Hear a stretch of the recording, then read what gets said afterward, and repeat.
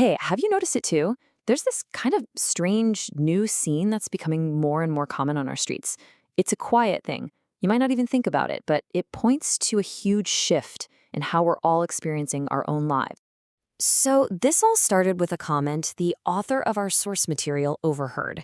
Just one person pointing out a parent pushing a stroller, completely lost in their own world.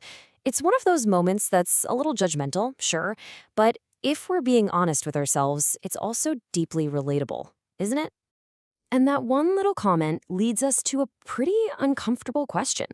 Has the child, for some of us, become just another item on the life checklist? House, check. Car, check. Career, check.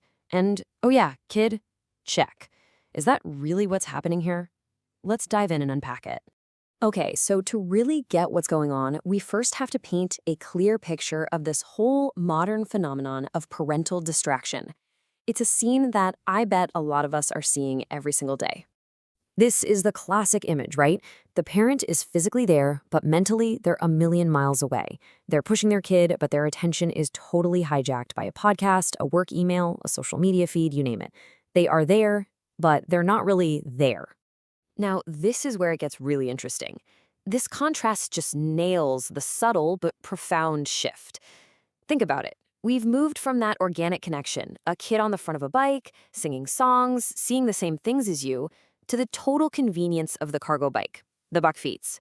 The child is safely tucked away, yeah, but they're also 50 centimeters and a whole plastic screen away from you. It's efficient, for sure, but it's also distant.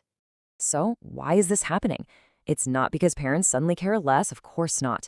The source material actually gives us three really powerful theories to explain this kind of modern trance we're in, starting with how our very perception of reality has been, well, hijacked. So, the first theory from M.L. Kersey is called the hijacked interface.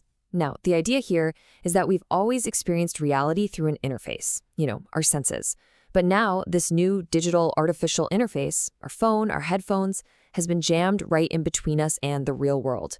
It's basically become a digital wall.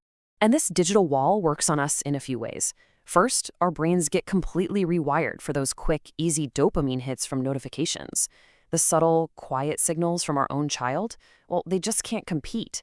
This leads to constant distraction, and then eventually, this state of mental dissociation. We're physically there, but our consciousness has literally logged into another reality. Okay, theory number 2 comes from Nick Van den Eysel. He calls it the Coherent Nexus. This is your core. It's that centered, powerful connection between what you intend to do, what you feel, and what you actually do. When you're living from this nexus, you're whole, you're integrated. But when you lose it, you start to feel fragmented. And here's what that fragmentation looks like. The child becomes an attribute, just another piece of the perfect life picture. This quest for control just takes over everything. Life has to be convenient, easy, and, quote, fun. And the raw, messy, unpredictable beauty of real connection, that gets actively avoided because, well, it doesn't fit into the curated perfect image. And finally, the third theory kind of zooms out to look at this massive shift in our values as a society. We've literally gone from the collective idea of it takes a village to a hyper-individualism of I'm good in my own bubble. Our identity has shifted from being a guide for our kids to just managing their logistics. And we've traded genuine presence for what's called a waking trance, basically escaping the overwhelm of modern life through technology. Okay, so that's the diagnosis. And I know, it might sound a bit bleak, but this is where everything flips. This is the powerful part. We're now shifting from being a passive consumer of this reality to actively building a new one. It is time to become the architect. This right here is the core invitation from the source material. Think about it. An architect doesn't just accept the blueprint they're handed. No way. An architect observes, they design, and they build their own reality with intention and with purpose. So what's on the architect's blueprint? It's 3 main things. First, restore that inner connection, that coherent nexus. Second, you have to consciously choose your interface. Make technology your tool, not your master. And third, reframe your whole perspective. A child isn't a logistical problem to be managed. They are a partner in the beautiful design of your life. Now, an architect doesn't just talk about theories. They install new protocols. So let's get really practical. Here is the 5-step protocol to break that trance and take back control of any moment you choose. This is it, the Nexus Reset Protocol.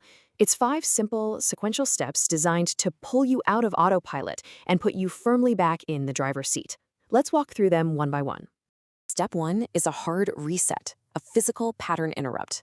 I mean, you can't fix a system error while the program is still running, right? So you stop. Literally. Stop walking. Phone goes in the pocket. Headphones come off. You just cut the artificial feed. Simple as that. Step 2, calibrate. You've got to reactivate your own biological interface, your senses. So you do this. Name 3 things you can actually see right now, 2 specific sounds you can actually hear, and 1 thing you can physically feel.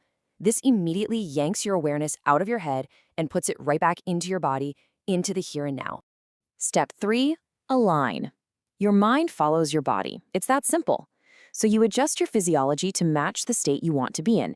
Pull your shoulders back, straighten your spine, and take 1 deep, powerful, centering breath. You're literally signaling to your own brain that you are in command. And now, this is the real game changer. Step 4, reframe. You look at your child not as a task, not as a problem, but as a person. And you ask yourself one incredibly powerful question.